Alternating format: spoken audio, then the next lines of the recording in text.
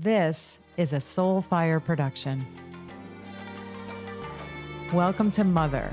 No, it's Mother. Welcome to Mother, the show where we can explore our inner mothers to actualize our greatest selves. Through interviews with incredible guests, live coaching sessions, and my own experiences, we're going to dive deep into embracing feminine values and reparenting ourselves. So be prepared to show up, hold space, and be mothered in a way you never have before, but have always needed. It's time we rewrite the Mother Code. Well, hello, and here we are on Mother, my podcast, Dr. Gertrude Lyons, Rewriting the Mother Code. And I have just the immense honor, pleasure, privilege to have Julie Ryan returning as a guest. Julie, welcome to Mother. Thank you for having me. It's always a delight to be with you. Well, I'm so excited to have you back. And we have so many topics we can talk about in so many places we've been. But just as a brief intro, but I do suggest, and you'll hear all about, Julie's show and podcast and everything and all the ways that she works with and supports people. But I wanted to celebrate because you had something new happen that I wanted to say first thing before we just wait till the end for all that. But didn't something really big happen with your show? Yes, my show went into national syndication in the US on talk radio. So we're starting out on 7 stations in 7 markets, and it's going to reach about 55 million people. So New York City, LA, Chicago, Dallas, Boston, Atlanta, Seattle. I think that's 7. I think I counted 7. So I told my agent, I said, we need to go big or go home. So we just, most people start off in little stations and then grow. I said, let's start off at the big stations and then grow from there. So yeah, well, congratulations. It's been really fun. Thank you. Well, and I hear that as just, such a huge vote yes, to the work that you're doing, which, I guess your title is psychic and medical intuitive, but I know it's so much more than that. And we'll get to share some of that with the listeners. And that's what we want to talk about. It's just what is that? And that we're putting this in the mainstream and there's a yearning and hunger for it from everyone. Otherwise, it wouldn't be sought after in the way that it is. So I'd love for you to share just a little bit how we don't have to go full in because people can go to my previous podcast where I had you on for your full story because it's amazing. But maybe just at least a little briefing if someone's just meeting you for the first time and how you work with people, what you do and what you bring, the magic that you bring to the world. I'm a businesswoman and an inventor who learned how to do woo-woo, and I'm a buffet of psychicness. That, in a nutshell, is really the gist of everything that I do. I connect with spirit. I learned how to do all of this stuff. Everybody comes in with the ability, and it's just a matter of developing and enhancing it. And I teach people all over the world how to do that as well. And now in my buffet of psychicness, I scan people medically. I can see medical situations happening in my mind's eye. I facilitate energetic healings, can do that with humans, with pets. Do it with pets all the time, can communicate with spirits either attached to a body or not, deceased loved ones, or just right before I got on this with you, I was talking with a client who has 2 sisters that are in the phases of dying. And I can tell how close to death they are based on a configuration of angels and deceased loved ones, spirits, and the spirits of deceased pets that are around the person. And I can communicate with them telepathically. They're still alive. So once we connect with spirit, we can communicate with that spirit, whether it's attached to a body or not. That's irrelevant. Let's see what else. Talk to angels, talk to spirit guides, do past life stuff. As I mentioned, tell how close to death somebody is. So it's once we connect with spirit, we can take it anywhere we want to take it. That's beautiful. And you said something that I want to underline for people is this is something you learned, right? That we all come into the world with this ability. And, it's just like any of our gifts or talents or, things that we decide we have the ability to play a sport, but, we have to learn it and practice it and decide how good we want to get at it. And that's what you're saying about this, which I think is really important aspect for people to understand. Well, and we all use our intuitive abilities all day long, and we just aren't cognizant of it. We've all experienced times where we think of somebody and then they call us or they email us or they text us or we run into them. And we say, oh my gosh, I was just thinking of you. And here you are. What a coincidence. Well, there's no coincidence there. That's your intuitive ability picking up their vibration because they're thinking of you as well. And we've all had situations where we think, gosh, I'm going to do it this way. We follow our gut to do it a certain way. And then we go against that because we rationalize that, well, that's probably not the best way to do it and whatever. And then we end up regretting it. So we all have intuitive abilities. A lot of us, when we lose a loved one or a pet, will imagine seeing them out of the corner of our eye, or if it's a pet, we'll imagine hearing them or feeling them snuggled up next to us, perhaps on a couch. And we think, oh, that's just my imagination. No, that's your intuitive abilities. You're just discounting them because you don't know to trust them.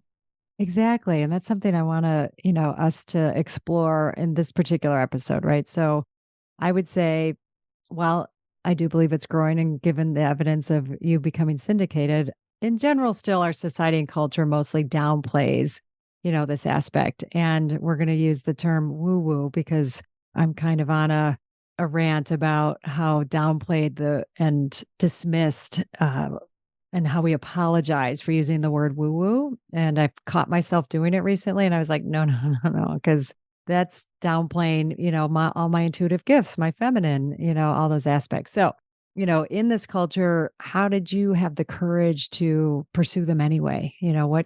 What was that part of your journey like for you? To pursue being a medical intuitive and psychic?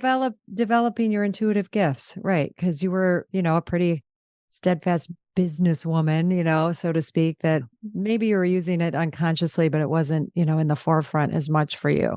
And you were very successful at that, but you shifted. And I would love to hear, I'm going to use the word courage because I think and maybe that wasn't even what was part of it for you. But if so, if you could speak a little bit about that. Oh, it absolutely took courage. I call it golden ovary courage. Yes. I say guys have breast balls and girls have golden ovaries. And absolutely, it took courage to put myself out there. I just was led, Gertrude. One step at a time, really over decades. And people said to me early on when I started studying this, and I paid the equivalent of what I would have paid to get a PhD or an MD to learn how to do this over the years. And people said, why are you doing this? And I said, I don't know. I don't know. It's just interesting. And they'd say, well, what are you going to do with it? And I'd say, I don't know. I don't know if I'll ever do anything with it. And then step by step by step, I was led to what I'm doing now. And really one of the big catalysts was when my mother was dying. And I watched angels and deceased loved ones' spirits and the spirits of deceased pets show up. And I thought, okay, what's going to happen here? Because that was the first time I'd ever gone through that with anybody close to me. And what I saw was really a glorious component to what happens when somebody's dying. And I find that there's lots of information out there, Gertrude, about the afterlife and near-death experiences, but not so much about what happens when somebody's dying. And that's really what we're afraid of. Are we going to fly or are we going to fry? That's the bottom line, especially in our Western culture where we've all been taught that, whether we're religious or not. I mean, certainly in our Western culture, there's a concept of heaven and hell. I'm here to tell you, everybody goes to heaven. All dogs go to heaven. All people go to heaven too. Do you remember the movie All Dogs Go to Heaven? That was out, I think, in the 80s. Oh, yeah. Oh, I got to see that. So that really was the catalyst for me to take it a step further, because a couple of years after my mom died, I had done this with several other people who had a loved one who was dying. And I realized there were what I call now the 12 phases of transition. And it's a configuration of how the angels and deceased loved ones are positioned around the person who's dying, regardless of if they die very quickly, like in the case of a homicide or suicide, or whether they die over a prolonged period of time, days, weeks, months, even years. And I was with my mentor one day, and she was doing a healing on me, an energetic healing on me, and my deceased family and friends, and even my dog, their spirits are in the room helping with the healing when she's working with me. And one day this spirit of a dead Pope showed up, and I said, well, who are you? And he said, I'm Pope Clement. And I said, I never heard of a Pope Clement. And he kind of laughed. And he said, well, I was number 6. And he had the hat on and the whole 9 yards that popes wear. It's called a mitre. He has like a pointy hat. Mm-hmm. And I said, okay, well, may I help you? Kind of like, why are you here? And he said, you're supposed to teach the world what happens when somebody dies. And I said, yeah, I'm not doing that. I'm a businesswoman. People will think I'm nuts. Yeah. And he said, yeah, just get on with it. And it took me a couple more years, probably 3 more years, till I had the courage to release this information in a book. And that really is what spurred everything that I do now, and do this really full time. I have another couple of companies that are still operating that take a minimal amount of my time and effort, but this is really what I devote my time and energy to. And it's a blast. I know. It just feels so you and so right. But what do what's your take on why our culture is so opposed to woo-woo practices and, these inclinations and the work that you do, even the work that I do when it comes to and using our intuitive gifts and skills, or just what you were saying, like seeing dead people, helping people with their transition. What are we afraid of? That it's real. Yeah. And we don't understand it. And a lot of people think that if we can't prove it and we can't feel it or touch it, that it's not real. And that's a new phenomenon. I believe most people, if not pretty much everybody's interested in this stuff, whether they're outwardly willing to admit it or not, because this has been through every culture, every religion, every part of the world since the beginning of time. And it's just, I believe, in the past maybe 150 years, as we've become more well-educated, especially in our Western societies, that we have become proof-based. And we want to see, okay, this isn't real unless it's proven to be real with research. Well, guess what? Research is catching up with woo-woo now. There is university-based research that corroborates everything I see in the 12 phases of transition. And it shows that 90% of people at the end of their lives are seeing the spirits of their deceased loved ones and friends and their pets as they're approaching death. And they see them either in visions or dreams. Very rigorous, what's involved in university-based research, for heaven's sakes. There have been very rigorous studies where they've got to get by an institutional review board. And I've done those studies for my surgical device inventions. I know what's involved with that. And it's not an easy task. So the science is catching up with the woo-woo. The woo-woo has been there since the beginning of time. Yeah. Forever. And every culture really talks about this. Every holy book, regardless if it's the Bible or the Quran or the whatever, they're all saying the same thing. Mm-hmm. Yeah, I totally agree. And when I was speaking about it in a recent podcast episode, because I just really started getting upset, right? That I heard, I don't know, I saw an article and recently, like, things were in front of me, like, apologizing, calling something woo-woo, or I don't know, really like downplaying it. And I'm like, that's got to stop. That kind of thinking just is continuing with a, left brain masculine thought that, as you were saying, I mean, I love that research is catching up, with woo-woo and that we can prove it. And I don't care, right? Like it's kind of both. I want us to embrace and understand that everything doesn't have to be proven, but for the time being, until we, appreciate both of them. Because I think all of that is in service of our woo-woo aspect.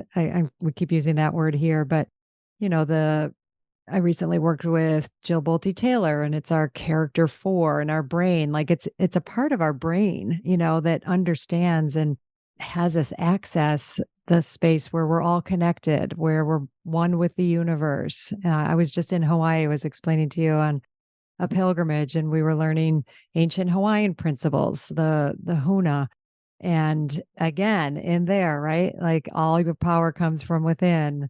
The present is in the now, the power is in our now existence, and now is infinite, right? And all these things that I think for several thousand years, or maybe six or more, in our Western culture have been minimized, degraded, put down, because it doesn't fit in that like mold and where we feel like safe. And I think we're starting to bust out of that. And that's why I'm so happy about the work you do and that it's getting out in the mainstream, because I think it's our only hope as humanity, is if we start seeing, the importance of us embracing what isn't known, the unknown, the unexplainable, when we don't have words for something, and not trying to slot it into, as you were saying, like coincidence or must have been my imagination. And I've been correcting myself and others when they say like, oh, isn't that crazy? I'm starting to keep my own miracle list. I'm starting to keep my own list of things that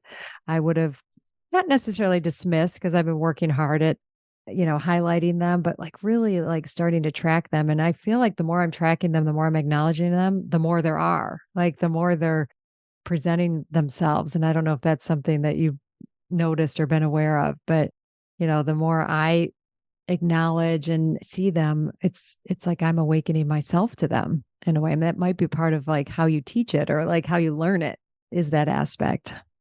Well, our thoughts create our reality. So if right. I use the word woo-woo because I think it's fun. Mm-hmm. I think that love and pure joy is the essence of spirit. All spirits are pure love, and joy is love, and joy is fun. And so woo-woo is fun. And it's a universal term.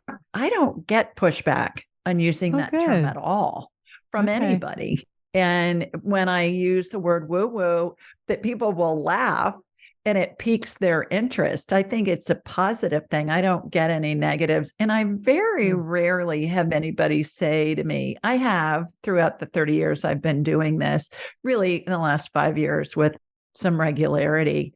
But in the 30 years that I've been developing my skills, I would say a handful of times I've had people say, well, I don't know that I really believe this. You're going to have to prove it to me. And I'll say, well, I think it's healthy to be skeptical. I'm skeptical as well. I agree with you. It's appropriate for you to be skeptical. And they'll say, well, you have to prove it to me. And I'll say, well, no, really, I don't. If you want to discuss it, that's fine. If you want to talk about college football or the weather or whatever, the stock market, I'm happy to discuss that with you. It's whatever makes you happy is fine with me. I'm happy to talk to you about whatever you choose. And then they'll say, well, no, I want to know more. And then we'll start the conversation. And sometimes, a couple of times I've had somebody say, well, that's the devil and that's a sin and blah, blah, blah, blah. And I'll say, okay. And it's usually somebody who's a fundamentalist in their religion. And I'll say, okay, here's an analogy. Do you pray? And they'll say, of course I pray. I pray every day, multiple times. I'll say, great. With whom are you talking when you're praying? Well, Jesus or God or the Virgin Mary or whomever. And I'll say, all right, do you get answers? Yeah, all the time. God communicates to me or Jesus communicates to me. And I'll say, okay, great. So when you're talking with Jesus, is Jesus in his body sitting next to you on the couch when you're having a conversation with him?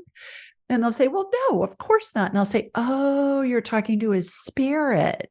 And they'll say, well, no, it's not. That's different. I'll say, how's it different? You're communicating with a spirit. You're getting answers from a spirit. That's what I do. We all have the ability. And then you can see the light bulbs going off in their head. It's kind of like, oh, I never thought of it that way. And I'll say, we were just taught that this is evil. We were taught we have to come through a pastor or a priest or a rabbi in order to be close to God. Because why? Because fear controls the masses and people in charge can control people. We saw that with the pandemic. What's the best way to control people? With fear. Fear. So all the great religions, all the great civilizations, all the great governments of the world, all use and have used fear to control the masses. This is just the same thing. They don't necessarily want people to be able to connect to spirit themselves. It's almost like they've lost their purpose. Their purpose is to create an environment for people to connect to God or Jesus or whomever, with the stained glass windows and the incense and the music and the atmosphere and the sense of community that lets people have the wherewithal to put them in a position where it's almost a meditative state and they can communicate with spirit. But then that's been kind of hijacked over the centuries, I think, as governments and religions have had a thirst for power and control. Yeah. I think you nailed it. Julian, I love how you explain it, because I think it is, any sense that we have of this not being viable, or however we want to put it, is out of fear, right? And that's something I'm looking at as I'm starting to write my book, right? So I'm putting that out in the atmosphere, is because I see, birth, motherhood as a mystical experience. There's a potential in it that has been put aside, dampened, and because it's, again, here, so powerful, right? So when something's deemed powerful by others, and they don't understand it, let's dismiss it. But just what you were saying about, so what we'll use is fear, right? So now we have an environment where, birth and pregnancy and all that is just run by fear, right? And it's, I think, a travesty and crime, and something I want to, really illuminate and have us understand. There's lots of choices, in that, but this potential for connection with ourselves, with this energy source, unborn being that we're bringing into the world, and that whole process. I want that for women, and I want them to know that it's possible. And I think that's what you're doing also, is just reminding us that this kind of connection is possible. And, that's one place that I want to kind of reawaken it. It's what happened for me, and I want it for others. And I think that's what you were saying. It happened for you and you want it for others, and it's possible. And I think that's just so beautiful. So again, I'm like just a huge fan about it. But as you're talking, fear, and you said something earlier, like, we're afraid of what we don't know or what we don't understand. And then we want to put it into these boxes. And I find myself doing it at times, right? Like I was reminded, I don't think I talked about this on the last show. My dad, who was a non-religious, but to the point of, I think he called himself atheist, agnostic, anything, like there's no, you die and that's it. So anything else is foolishness. And I don't know, I started to discover before he died that he was a hidden mystic, but he just wasn't willing to let himself embrace it. And we'd have these little arguments about, I'd say what I believed, and, that I do believe our souls continue, and that, reincarnation, any and all of that. And he's like, nope, you just die. So, well, neither of us can actually prove it. So, but it's an interesting conversation. But I was reminded when you said that about a deceased loved one, because I wasn't with him when he died, but the night that he died, he came to me in a dream and said, I go by Gertrude, but I used to go by Trudy. You were right, Trude. There really is a heaven. And, to hear that from him, in that dream, and it's still so vivid and real. I get goosebumps as I say it. Right. And, I don't know if I was looking for proof, that's about as good as I can get, is having him share. Well, I got goosebumps when you said it too. And those are called truth bumps. Those are validation from spirit. When we get those, when something's said, we hear something, we read something, that's just validation. And I think too, there's a thing called evidential medium. There's an evidential medium, which when I'm talking with somebody who's deceased, their spirit, with a client or somebody who's called into my show, they'll give us information that there's no way we could know. I was talking with a client a couple of days ago, I guess it was last week, and we were talking with her deceased dad, and he said, tell her I love the Fruit Loops. And I said, he's talking about Fruit Loops. Did he love that cereal when he was alive? What's the deal with Fruit Loops? And she said, no, he called woo-woo people like you Fruit Loops because he didn't believe them.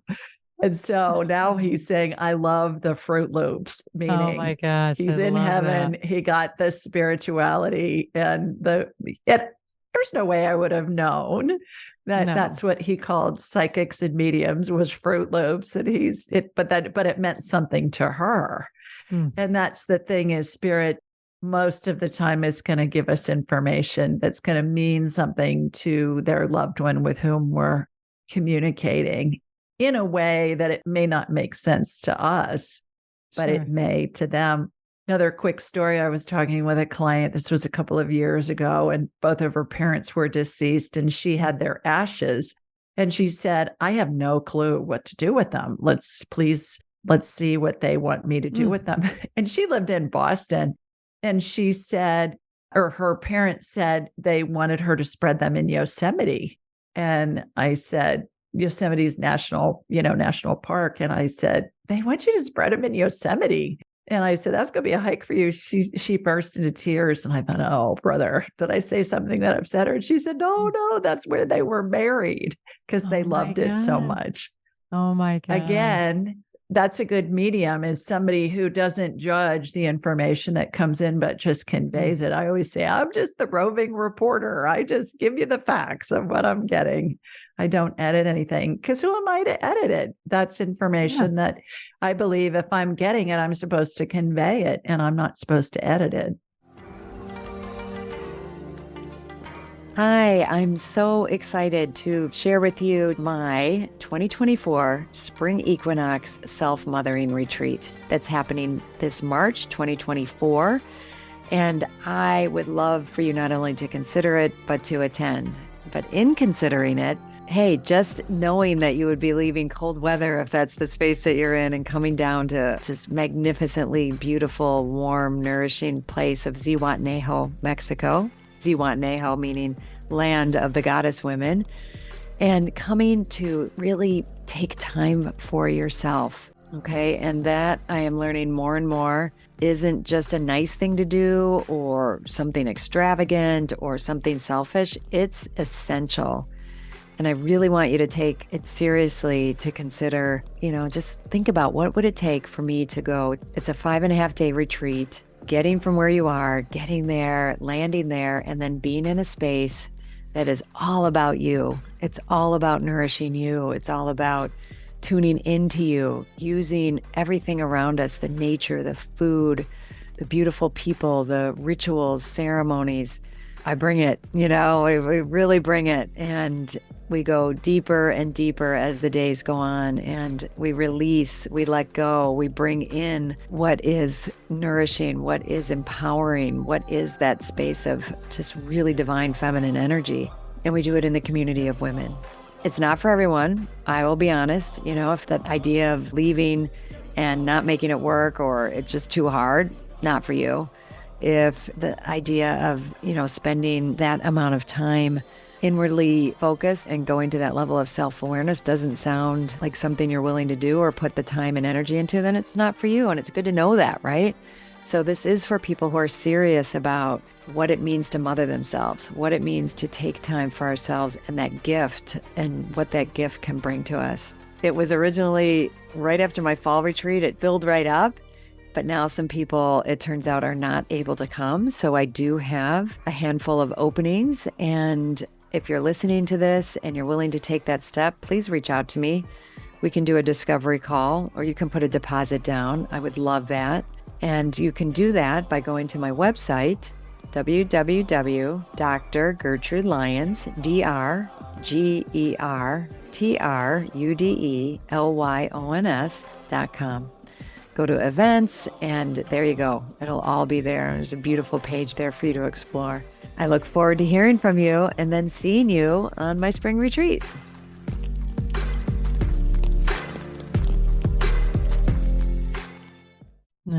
And that's keeping yourself clear and trusting. I call it unconflicted consciousness, right? When we just, there you go. Allow that space, allow that, wisdom, energy, whatever it is to flow through us and not put my own. When we remember that spirit's pure love, they're never going to say anything that's going to be hurtful or any kind of destructive comments. So I just tell them what I get. Yeah. So I'm wondering if you wouldn't mind demonstrating on me again on the show, because I love that. I don't know if demonstrating is the right word, but I keep having this thought, so I'm going to follow it because I just got back, as I said, from this sacred travel trip pilgrimage in Hawaii, and reminded in the Hawaiian culture, that how, they know their ancestry from over 2,000 years, like they can recite it, and it's the elders are held in beautiful esteem, and they don't think of it as like your past. They think of them as part of you and, there to help you move forward. And, we're following them and all that. So I was really had strong presences with my grandparents and I literally I didn't know why. I was years and years ago, I took a couple of my grandmother's dresses and had them altered so I could literally wear them. And, I took her name in my mid-30s, Gertrude, because I was called Trudy up until then. And, she's always been like this, like really powerful figure. And the one dress I had never worn, I had it like kind of fitted for me. I'm like, you're supposed to bring that dress on the trip. And, again, like that just didn't make any sense at all. Like, why would I bring that? And felt like that urge again on the day I was supposed to wear it. And the messages that came through from me, from her, from them, from both of them, because my grandmother died when I was 9, but my grandfather lived another 17 years. He lived to like 98 or something, something like that. But just these beautiful presences, and love was so much of what kept coming up. The message when I'd ask them, like, what messages do I need to know? Like prayer and love, because my grandfather was very dedicated Catholic, but he'd said rosaries all the time, like just nonstop is a little dramatic, but he always had, walked with one, had one in his hand. And I didn't find out till I was an adult that when I asked him, like, why, what are you praying for with all those rosaries? And he said, well, you.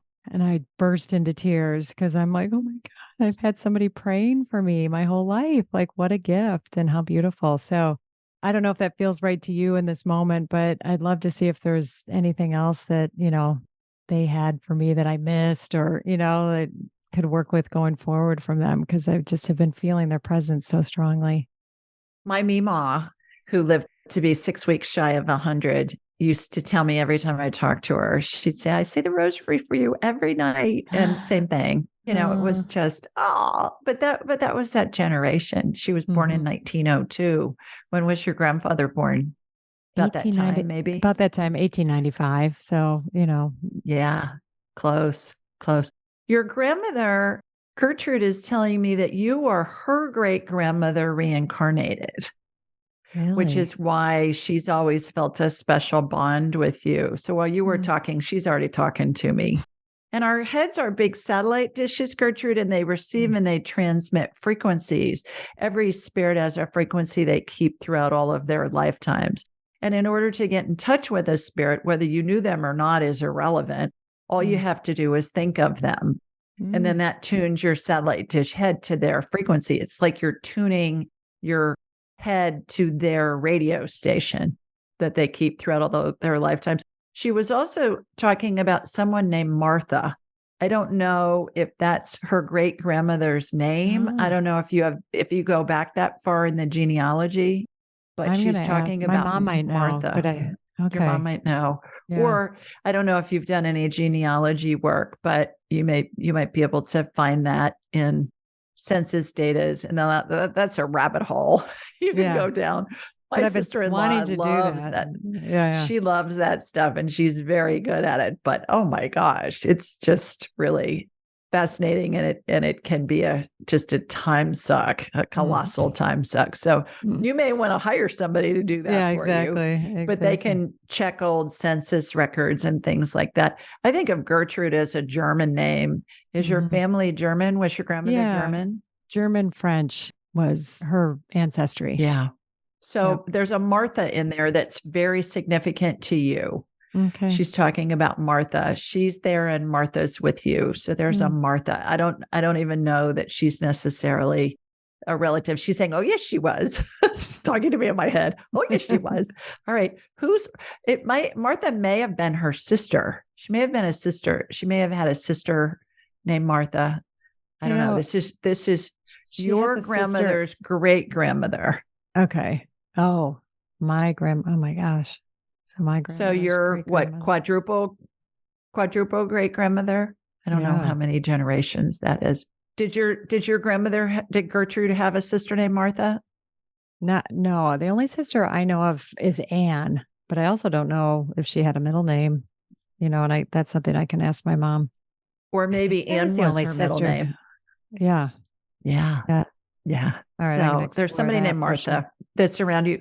The other thing about your granddad saying the rosary for you, how perfect is that? You're all about mother. You're all about the divine feminine, the goddess, the Virgin Mary, as we Catholics, we little Catholic girls that were raised Catholic. And I know you were like I was. We were taught it really began with the Virgin Mary. No, it began way before the Virgin Mary with the divine goddess and the divine feminine. With Isis and, oh my gosh, all those goddesses before. And I know the Hawaiians have a name for that too. I don't know what it is, but I know that they do. Do you remember? I'm sure you guys were discussing that over the weekend. We didn't get heavy into the ancient gods and goddesses, and really the only one we looked at somewhat is Pele.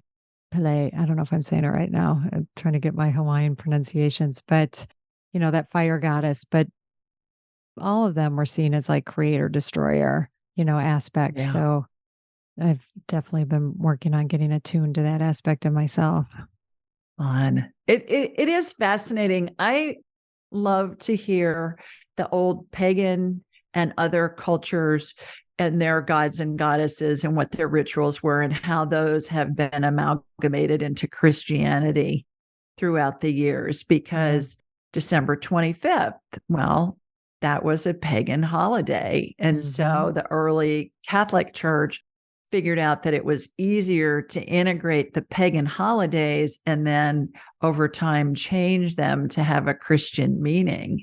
And I find that fascinating, the whole ceremony with May crowning that Catholics have done since the beginning of time, of putting a wreath of flowers on the Virgin Mary statue. And my husband, the first time he saw that, our son was in Catholic school and we were at May crowning and he wasn't raised Catholic. And he looked at me and he goes, and you wonder why people think you guys are nuts? You're putting flowers in front of a statue and singing to this statue. And I said, well, that's an ancient ceremony that goes way back to the beginning of time with the pagans and the pagan goddesses. I said, it's just come down through the millennia in different forms, but it's all the same ritual. But it was interesting for me to look at it from a different perspective, from his viewpoint, because I've just been doing it my whole life. I never thought about it. Right. And some of those rituals that actually have so much significance and meaning that, as a Catholic raised, you just do them.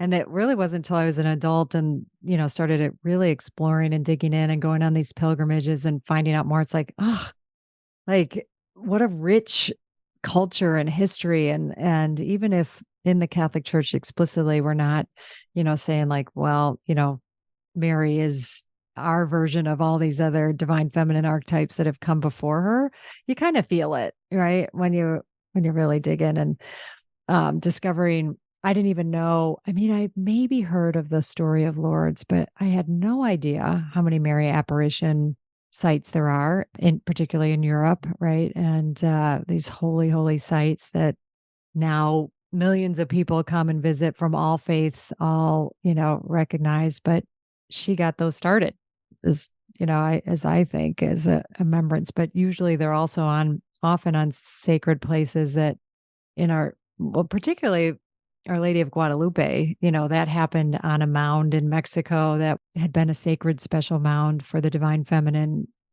for as long as that culture had been using it. And isn't that interesting? Just like you said, right? Like that happens to be, where this man saw this vision of Mary.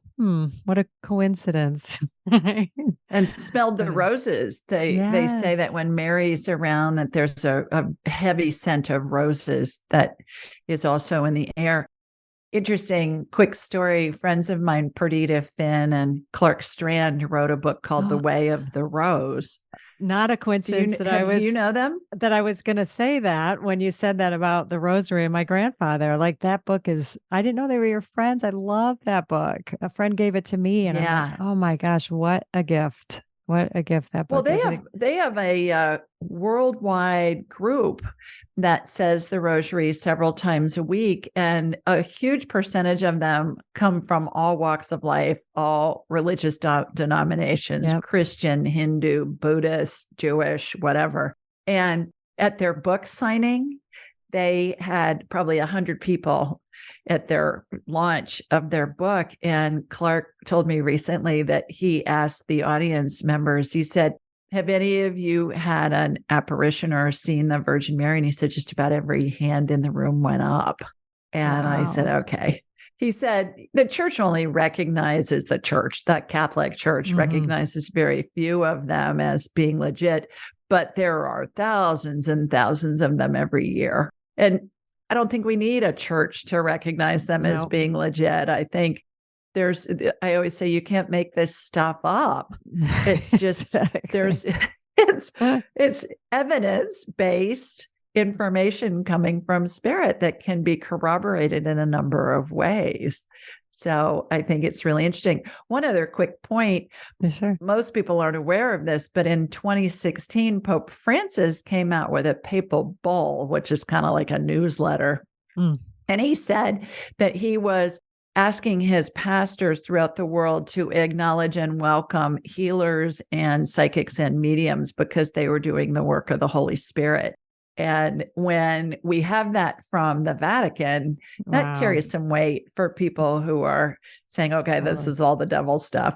And it's interesting because I've got all of this, and the canon law people write, the canon lawyers, canon is church law. They write all this stuff. And you can read about the first 2 or 3 paragraphs, and then you're in a coma. I have a friend who's a lawyer who's involved with the Vatican. It is kind of just as a hobby. And I said, oh my gosh, who do they get to write this stuff? It is so boring. I said, I can read about 2 or 3 paragraphs and then I'm in a coma. And he laughed. He said, you're right. It is pretty bad. But anyways, it's just lawyers sometimes. And I was teasing him, the most words I ever saw in a contract in one sentence was 62 in one sentence. And I thought, now that's really a talent to be able to put that many words in one sentence. And really canon law is like that. Yeah, exactly. And, there we go back to, right? Like, what's the point? Like, why are we, having to put that structure on something? And again, now we need to make it law. It has its place. And, don't get me wrong. I think we need that structure and order at times. We just get a little carried away, I would say. Well, and who decides what's law and what isn't? It's somebody's idea that they get everybody to buy into. And then you're like, okay, well, that's law. Okay, well, who says? Right.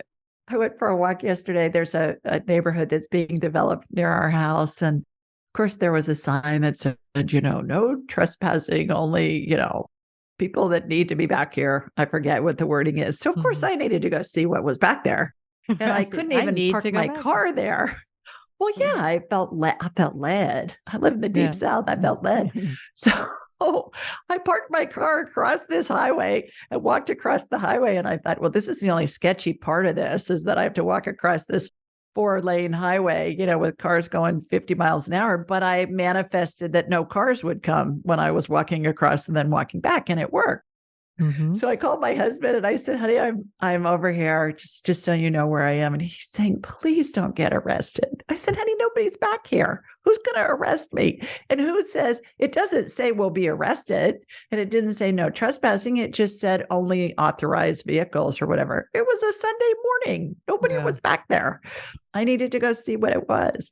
So I was thinking about that on my walk of, just because a sign says, no, you can't come in here. Well, who says? Exactly. This is someone decided, the world.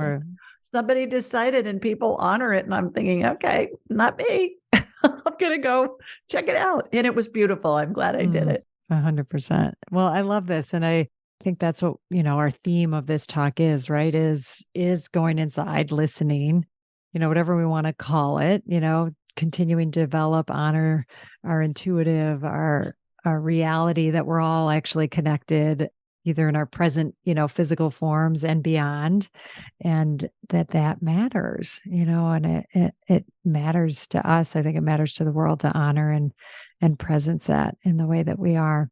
And I love, it was, I'm just going to name, because I said it, I think several of the times, but I was thinking, I see Julie's, I see a Santa Claus behind you and you have your little reindeer pin on. I'm like, I want to talk about Christmas because that's, such a wonderful woo time of year, and one that we celebrate. And then you brought it up, right? And then we brought up rosaries, and I'm like, oh God, I love that book, Way of the Rose. And my friends, who wrote that book.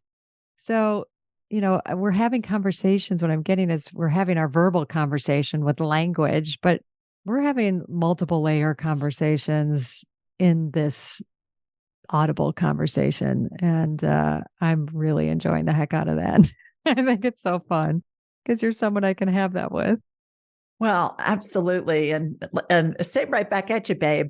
The interesting thing about the Christmas stuff is it is a magical time of year, whether you put the religion in it or not. Just the whole concept of Santa. And I have lots of children's books. And I love the magic of the children's books. I have many Christmas children's books. And I have been known to read a whole bunch of them in one sitting. And I get weepy almost. It brings up this feeling of innocence and magic and belief and all of that. And it really adds a wonderful element to the holidays, which in our day and age can be very stressful for a lot of us, myself included. Yep. You got to get it all decorated and then you got to get it all shopped and go to the grocery store and fix all the stuff. And my husband says, well, Christmas is his favorite time of year. I go, yeah, you don't do anything. You just enjoy it. You just receive. I'm working my tail off, putting all of this together. And I'm glad to do it. Exactly with what you said at the beginning, right? Like I believe, and I've experienced over time, like that effort, what I get back from that is connection to the magic of it. Right. Like there is work involved, but that work, if I just hold it as drudgery and like, oh, this thing I have to do, and I'm like, rotely going through it, that's what I'll get back. Right. But if I'm doing it from that space of being in the magic and touching these things that I bring out once a year, then it's magical. Right. And I have that choice. It is. And we're creating memories. We're making memories, not only for ourselves, but for our loved ones as well. So crank up the Christmas tunes and do what you need to do. And I'm underlining it because this will come out in December. So for those who celebrate, whether you celebrate Christmas or not, so many cultures, and I don't think any culture hasn't acknowledged this time of year with the light and, the darkest, and bringing light to the dark and seeing the symbiotic nature of light and dark at this time is powerful and beautiful as well. Right. So however you practice it, I think it's a time to immerse ourselves in this magical, mystical space. And the invitation's there. There's the opportunity, right? So I want people to know, again, how they can connect with you and find out about you, your book, your show, and, ways that I can have. And then we'll end with one more little discussion topic. Everything is at askjulieryan.com. askjulieryan.com. And anybody that's listening that would like a copy of my books, I have visual aids here. Yes. Angelic attendance, what really happens as we transition from this life to the next, or any one of my children's books, Angel Messages for Kids, for Dogs, for Cats. They're darling. They're picture books that talk about spirituality stuff interspersed with the illustrations, kind of like the dog book. Dogs will do tricks for treats, and dogs can meet other dogs. Doesn't matter, if they're big or large. And oh, by the way, if your dog dies, you may be able to see its spirit. So we've interspersed the spiritual stuff in there with all the other dog things. And cat things and people things. And actually, by the time this comes out, my latest children's book, Angel Messages for Truth, the 2-minute rule, will be out. It'll be out a couple of weeks before Christmas. So that's the 4th in the Angel Messages series. And I'm going to add that because I love all of your books, and they're really fun. Yeah. And I think the adults get as much from the children's books as the kids do when the kids are looking at the pictures 100%. And they get it. And the adults I think there's maybe 15 short sentences in the children's books. So it's short and sweet and to the point, and you get it. So there's that. Anybody that wants a copy of the books, just go to askjulieryan.com, click on the Ask Julie button, and then just say, hey, I heard you on Gertrude's show. I heard you on the Mother podcast, and I'd love a copy of your book. And we'll send you a digital and an audio book download as a gift for free. So just askjulieryan.com, click on the Ask Julie button and just say, I heard you on the show and I'd love a copy of your book. And we'll be delighted to send it to you as an early Christmas gift. That's what I was going to say. I love it. Or holiday gift if you don't celebrate Christmas. Exactly. But I don't think I'm trying to remember if I don't think I have your audio version. I'm going to listen again because I love, re-listening and being inspired again. Can't remember if I asked you this on the last one, but it's always a different answer because I love to close my show with having somebody, just say something about what rewriting the mother code means to you. So if you could just speak a few words of what immediately comes to mind for you when you hear rewriting the mother code. Great. I love that question because you're right. It does change.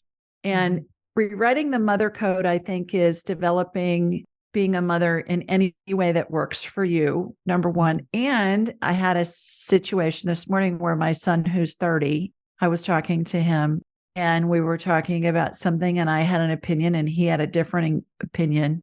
And he presented it in a way that I changed my opinion. He enlightened me. So I think in that instance, being his mother was not only my advising him, it was him advising me and my being able to accept and implement his suggestion. And I thought that was really profound this morning. No, that's huge and so important just in general, right? But particularly in the mother-child paradigm where, this has shifted and this is a continued example of like, how we're, what's possible with our adult children, right? And when we remember that they choose us, and we all choose our mothers, we choose where we're born, when we're born, to whom we're born, so our lives can have a basic trajectory that will allow us to explore and experience whatever it is we want to. And in this instance, this morning, I thought after I had hung up with him, I thought, boy, that was really a profound conversation because not only did he choose me for what I could facilitate for him, but what is he facilitating for me now that he's an adult and he has a different perspective that's really helping me see a bigger picture. That's beautiful.